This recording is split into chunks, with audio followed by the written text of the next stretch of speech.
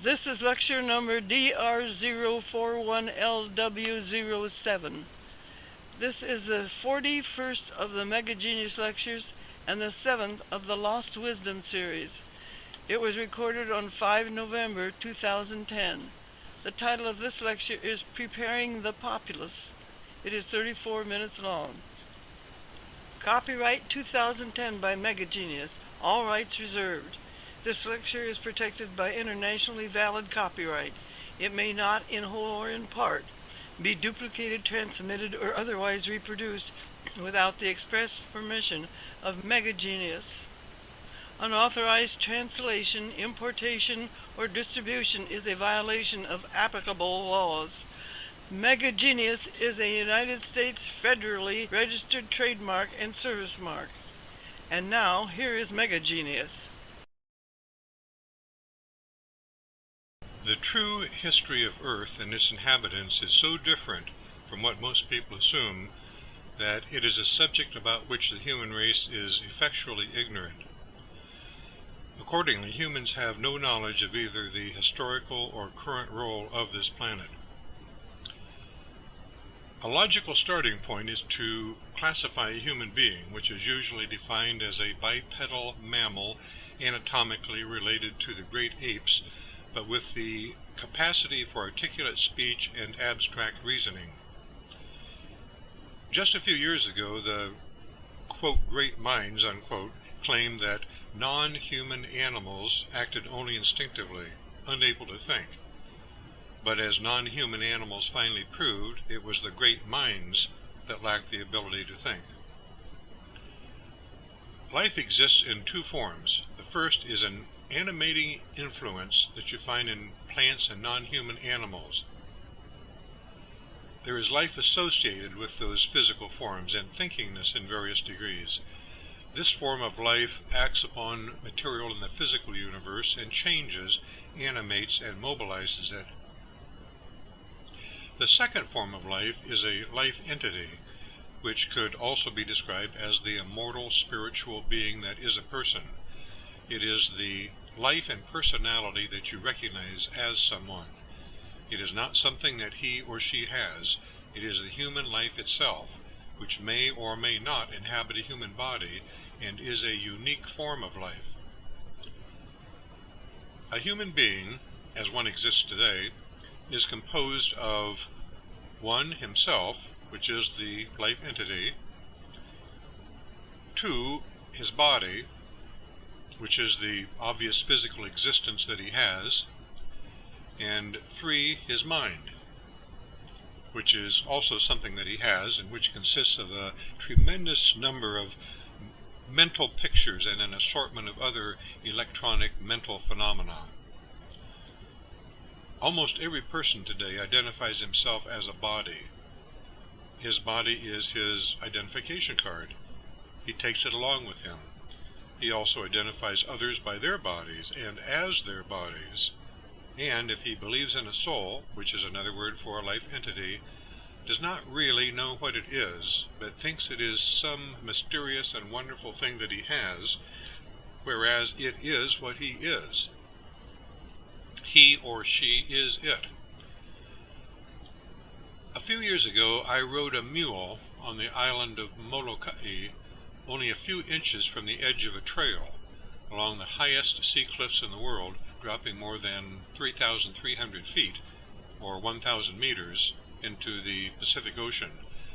My destination was a leper colony on the Kalaupapa Peninsula, which the American author Robert Louis Stevenson once described as a prison fortified by nature. Now, I mention this because of an interesting advantage that the inhabitants have. They know not only who, but what they are. The lepers who live there, with whom I shook hands, conversed, and dined, inhabit bodies that are so ravaged by the disease and so terribly disfigured and often blind or deaf that they recognize one another by the life entities that they are, because their identification cards have become so insignificant. Accordingly, it is not at all a prison of sorrow, but a village of immense love. If and when a life entity leaves the human body that it inhabits, such as if the body ceases to operate or if the body's death appears to be immediately imminent, the life entity departs and takes his mind with him. Although there is virtually no healthy and functional human body without a life entity inhabiting it, normally within the skull, it is possible for a human body to function in the absence of any life entity, much like a non-human animal in a forest. It is also possible for a life entity to inhabit a non-human animal body, such as a dog, although that would be unusual. Now, let's look at considerations for a moment. Here we are facing an impediment that virtually everyone has. He is trapped and limited by many considerations that he cannot freely change. We could frivolously ask a fellow to eat some souse, or sweetbreads, or chicken gizzards, or chitterlings, or maybe some warm live monkey brains in a Chinese outdoor marketplace, or some other such delicacies, and we would soon see that some of his considerations are rigid indeed. Now that might seem amusing, but if we then ask him to adjust other considerations about the opposite sex, or some other race or religion, we would soon see that what had seemed fun, discovering the inflexibility of his considerations, had become serious. A person needs to improve his ability to change his mind. One is as free and only as free as he can change his considerations. Now, before we proceed with the history of the human race, I want to remind you that people's beliefs always seem the most ridiculous in retrospect. For example, 500 years ago, people who considered themselves modern also considered that the universe revolved around Earth. And if you publicly questioned that, you were in trouble, as Galileo Galilei found out 400 years ago. Just 150 years ago, the glimpse of a woman's ankle was considered scandalous. People believed that it was immoral. About 60 years ago, I Love Lucy was the most watched television show in the United States, yet when Lucille Ball was pregnant on the program in 1953, censors would not allow the words pregnant and pregnancy to be used on the air. Instead, a woman in Lucy's condition was expecting, with child, or in a family way.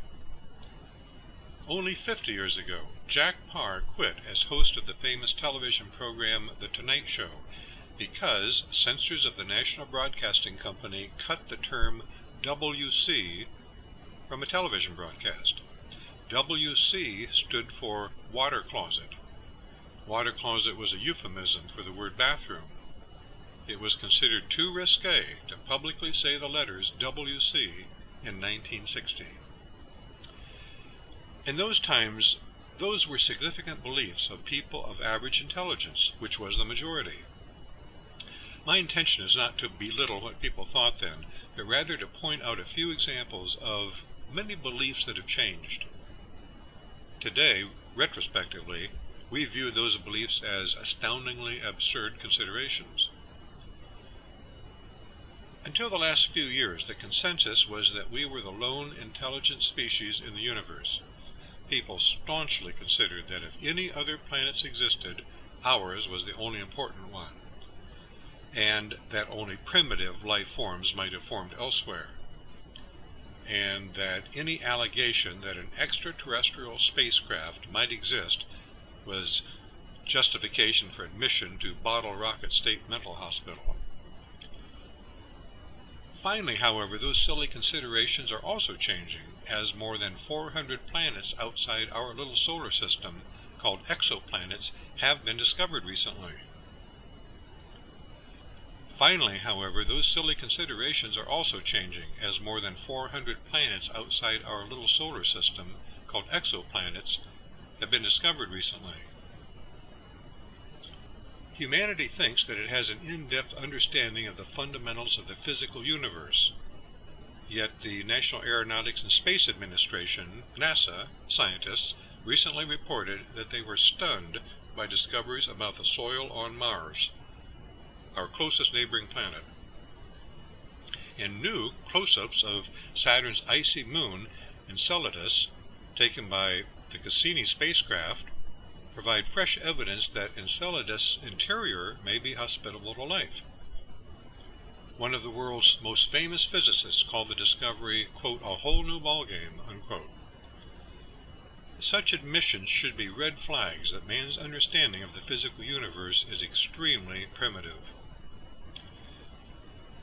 Just a few months ago, scientists in Hawaii telescopically examined light waves bouncing off one of the larger rocks in the main asteroid belt between Mars and Jupiter. On an asteroid more than 100 miles wide, called 24 Themis, they found the distinct chemical signature of water and a considerable amount of it where they thought there should not have been any. They have no idea where it came from. In addition, they discovered organic molecules, ingredients for life forms. The amino acid glycine, the most common of 20 amino acids in proteins on Earth, has recently been discovered in particles retrieved from the tail of comet Veil 2, 242 million miles, or 390 million kilometers from Earth, deep in our solar system, by the National Aeronautics and Space Administration, or NASA, spacecraft Stardust. According to the director of the NASA Astrobiology Institute in California, this discovery strengthens the argument that life in the universe may be common rather than rare. Of course, I stated forthrightly many years ago that it was. In 1633, the Catholic Church tried astronomer Galileo as a heretic and condemned him for supporting Copernicus' theory that the Earth revolves around the Sun rather than vice versa. The Church at that time insisted that the Earth was the center of the universe. Consequently, it forced Galileo to recant his theory, subjected him to house arrest and extensive humiliation, and nearly burned him at the stake.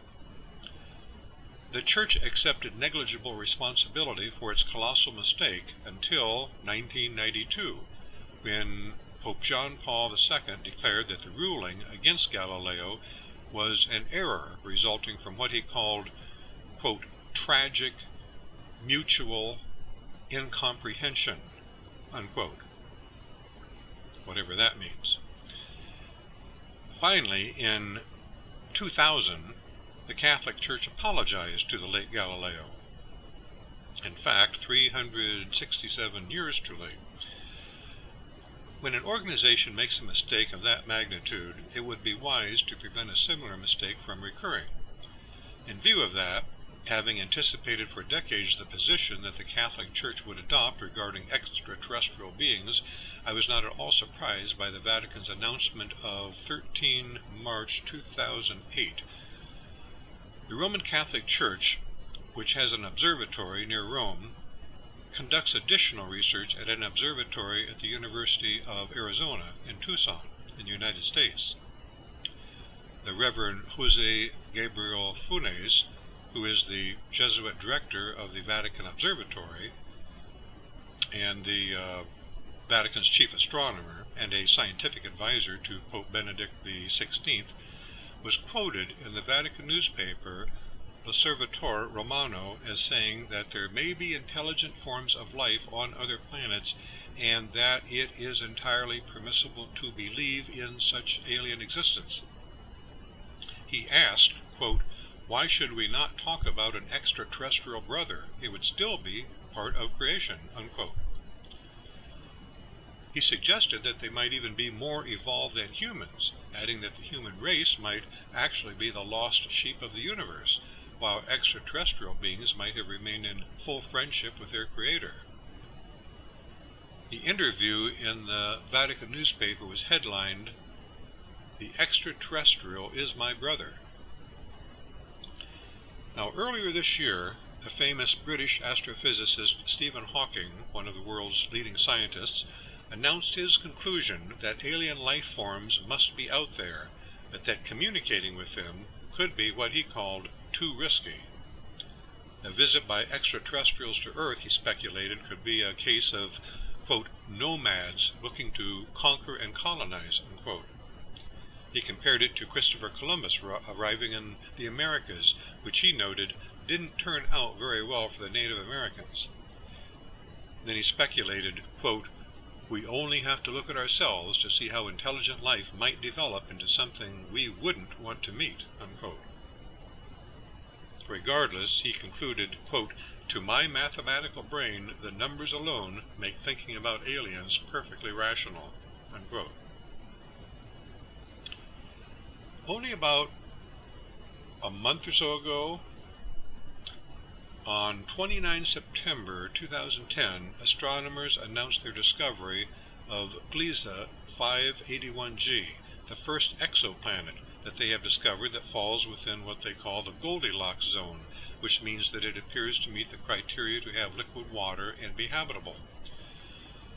What is startling to astronomers, though, is that they found it after such a brief period of searching, and that it is only 20 light-years from Earth. Given the size of our galaxy, that is practically right in front of our face. That suggests that 10%, and perhaps 25 or 30%, of all stars may have potentially habitable planets, meaning tens of billions in our Milky Way galaxy alone. Now scientists are finding it difficult to refrain from speculating about the life forms that may be living on many of them. Times are changing. In the latter part of December 1980, what appeared to be an extraterrestrial spacecraft landed in the region of Rendlesham Forest, Suffolk, England, near the Royal Air Force Bentwaters NATO Station and the Royal Air Force Woodbridge Military Air Base. The landing involved some 80 witnesses, including United States servicemen, British police, and civilians living nearby. The incident progressed rapidly from the sighting of unusual lights to radar confirmation of several unidentified flying objects, one of which sent down beams of light, to the landing of a spacecraft, to landing indentations in the ground and physical contact with the spacecraft by one of the United States Air Force Security Police patrolmen who touched it in front of witnesses. According to Airman First Class Larry Warren, who was stationed at the Royal Air Force Bentwaters Base, he and a number of other airmen were standing only a few feet from the otherworldly spacecraft when the commander of the base, Gordon Williams, made a series of hand signals to the occupants. Then 3 extraterrestrials emerged from the spacecraft and the high-ranking officer engaged them in some further communication. About 2 weeks later, Lieutenant Colonel Charles I. Halt, the deputy base commander, sent a written confirmation of the incident to the Ministry of Defense on 13 January 1981, verifying that there had been numerous witnesses to the incident, along with depressions 1 1/2 inches deep and 7 inches in diameter that remained in the terrain where the spacecraft's landing gear had apparently rested, along with subsequent readings that showed high beta-gamma radiation emanating from those 3 depressions in the ground. Lord Hill Norton, formerly head of the British Ministry of Defense, confirmed later in the House of Lords that a, quote, craft of unknown origin did actually land at the military base and did indeed get the person stationed there into a considerable state, unquote. The deputy base commander did not equivocate about his position.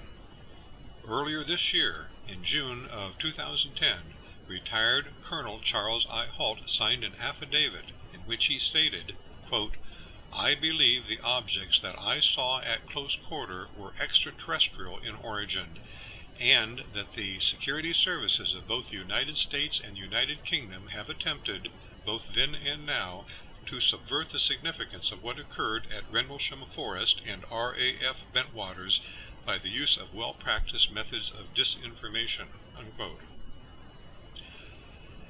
Again, that confirmation was by the deputy base commander. The extraordinary encounter is known as the Rendlesham Forest incident. Airman First Class Larry Warren, who confirmed that he and other airmen had witnessed the meeting between the three extraterrestrials and the commander of the base, reported that he was subsequently contacted by Jackie Gleason in May of 1986.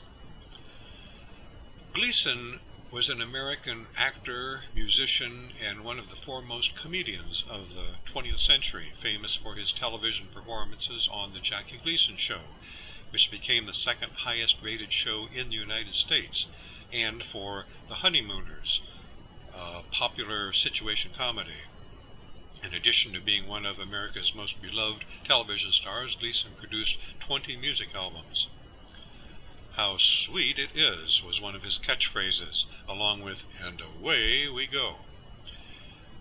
He also appeared in 21 motion pictures.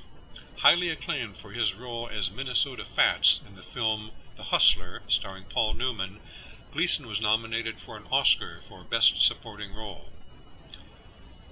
As Jackie Gleason was highly interested in reports of unidentified flying objects, he asked the airman, Larry Warren, to meet with him at Gleason's estate in Peekskill, New York, where the entertainer related an intriguing story. Gleason, who also owned an estate in Miami, Florida, was an avid golfer. He even owned his own golf course nearby, the Inverrary Country Club in Lauderhill, Florida. United States President Richard Nixon was another ardent golfer who had a presidential compound near Miami at Key Biscayne, Florida. President Nixon was also intrigued by the subject of extraterrestrial spacecraft. It seems that in February 1973, during the Nixon administration, Jackie Gleason and President Nixon were golfing together one day when, near the end of the course, they got into a discussion about unidentified flying objects. Each of them, they learned, owned an extensive collection of material about the subject. Around midnight that same night, President Nixon showed up unexpectedly at Gleason's home, having driven there entirely alone, with no United States Secret Service protection. The president told the entertainer that he wanted to take him somewhere and show him something. A few minutes later, they arrived at Homestead Air Force Base, about 25 miles south of Miami. They were waved right through the gate by the military police, and President Nixon drove to the far end of the base to a separate area where he stopped near a well-guarded building. As the two men then walked toward the heavy security, the military police parted, allowing them to enter the structure. They passed through several laboratories before reaching an area containing some large cases which President Nixon said contained wreckage from an extraterrestrial aircraft, a flying saucer. Gleason, however, suspected that President Nixon was joking and that the whole event was just a prank that the president was playing as a result of their conversation about UFOs a few hours before. Moments later, he learned that the president was utterly serious. Then they entered an inner chamber containing what Gleason said resembled 6 or 8 glass-topped Coca-Cola type chest freezers. Inside were the remains of people who had apparently been recovered from some accident. At first, Gleason mistook the cadavers for the terribly mangled bodies of children, but on closer examination he realized that they were much older, with only 3 or 4 fingers on each hand, and definitely were not human. They were extraterrestrial corpses. Gleason said that he was very traumatized by the revelation and could hardly eat or sleep for 3 weeks afterwards. He could not understand why the United States federal government was keeping it all a secret. Now, Jackie Gleason was a rags-to-riches American who became an extremely successful businessman, actor, comedian, and musician without the hint of a scandal throughout his exceedingly public life. Renowned for his integrity, the federal government had verified that he could be trusted. Gleason secretly worked for the Federal Bureau of Investigation as an official contact for the special agent in charge in Miami, Florida. Perhaps the worst that could be said about Gleason was that he spent money as if it were confetti. But then it was his confetti. Nevertheless, there are several factors that could conceivably be used to challenge the credibility of Jackie Gleason's story. Therefore, let's look at each of them. First, is it possible to prove that for an hour or more, President Nixon could have eluded his entire Secret Service detail, the very men who had been highly trained to protect his life under all circumstances 24 hours a day? According to Marty Venker, a former United States Secret Service agent during the Nixon, Ford, and Carter administrations, President Nixon continually complained that he was overprotected. Finally, Nixon exclaimed, quote, "I don't like it and my family doesn't like it," unquote, and tried to cut his Secret Service detail by a third. That was in 1973, the same year that Gleason said that Nixon had driven him to Homestead Air Force Base. According to Venker, it was so common for Nixon to try to evade his Secret Service detail that Venker and other agents were warned that the president would go to great lengths to elude them. Nixon had even sneaked out of his compound in San Clemente, California, in a car just to go to a restaurant.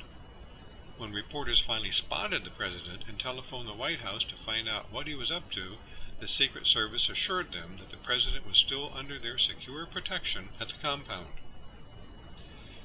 Later, to their great astonishment and dismay, they discovered that he was not. President Nixon could, and did, elude his entire Secret Service detail, an act that might have been even easier for him in the dark of night. Second, is it possible to prove that, aside from being Commander-in-Chief of the United States Armed Forces, President Nixon had any particular familiarity with Homestead Air Force Base?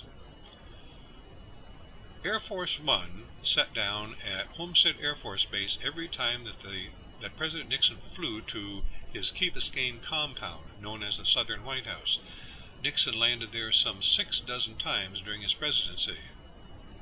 President Nixon was particularly familiar with Homestead Air Force Base. Third, is it possible to prove that Jackie Gleason and President Nixon knew each other and even golfed together, particularly in February 1973? President Nixon flew to Florida in February 1973, and on the 19th of that month, at the Inverrary Golf and Country Club, met with Jackie Gleason, according to official White House records. They were even photographed golfing together on the 18th green by Derek Halstead, senior White House photographer. Jackie Gleason and President Nixon knew each other and even played golf together on the date in question. Fourth, is there any independent confirmation of Gleason's account?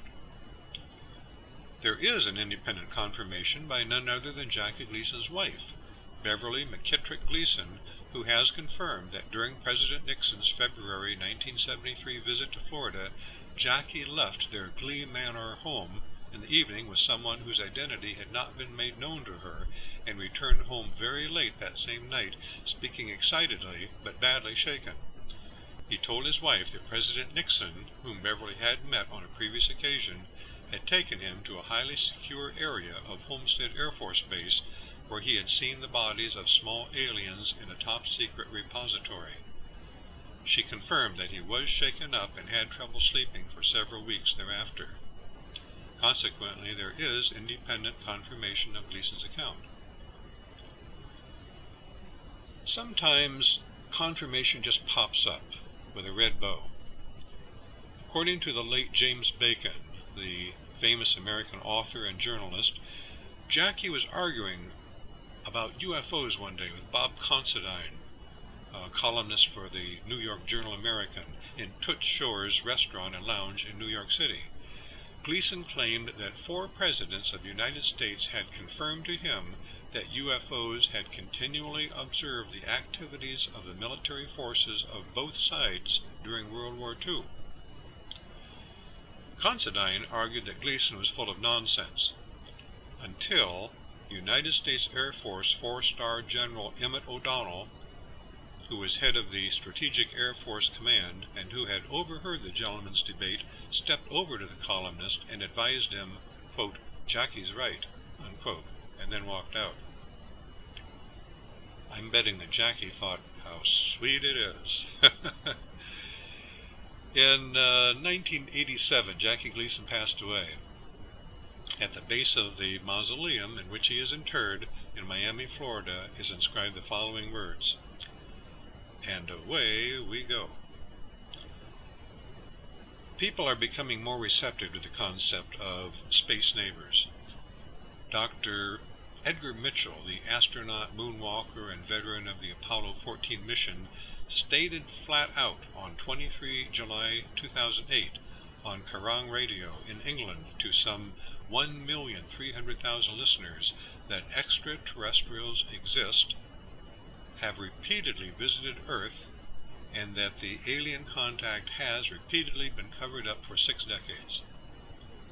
Dr. Mitchell, who has a Bachelor of Science degree in Aeronautical Engineering and a Doctor of Science degree in Aeronautics and Astronautics, and who, along with Alan Shepard, holds the record for the longest moonwalk ever, added, quote, "I happen to have been privileged enough to be in on the fact that we've been visited on this planet and the UFO phenomena are real. It's been well covered up by all our governments for the last 60 years or so, but slowly it's leaking out, and some of us have been privileged to have been briefed on some of it. I've been in military and intelligence circles who know that beneath the surface of what has been public knowledge, yes, we have been visited." Unquote.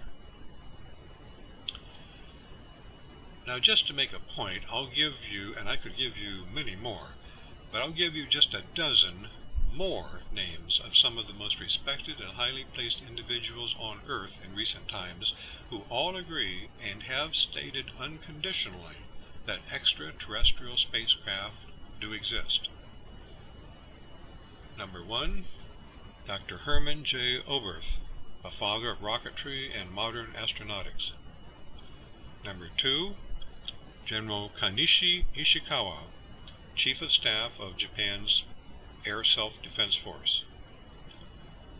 Number 3, General Carlos Castro Cavero, Spanish Air Force and former commander of Spain's 3rd Aerial Region. Number 4, Lord Hill Norton, Chief of Defense Staff, Ministry of Defense, Great Britain. Number 5, Air Chief Marshal Lord Dowding, Commander-in-Chief of the Royal Air Force Fighter Command during the Battle of Britain. Number 6, General Douglas MacArthur, Chief of Staff of the United States Army. Number 7, Major General and Senator Barry Goldwater, 5-term United States Senator. Number 8, Admiral Delmer S. Farney, former head of the U.S. Navy's Guided Missile Program. Number 9, Victor Marchetti, former Special Assistant to the Executive Director of the Central Intelligence Agency. Number 10, Commander Eugene Cernan, NASA astronaut and commander of the Apollo 17 mission. Number 11, Astronaut Story Musgrave, Dean of American Astronauts, who has flown in all 5 of the Columbia, Challenger, Atlantis, Discovery, and Endeavour space shuttles. Number 12, Dr. Brian O'Leary, NASA astronaut and assistant professor of astronomy at Cornell University and faculty member of the physics department at Princeton University. Again, anyone today who would like to dispute the existence of alien spacecraft should begin by debating the issue with a few members of that distinguished group. In the next lecture, I will disclose the true role of Earth.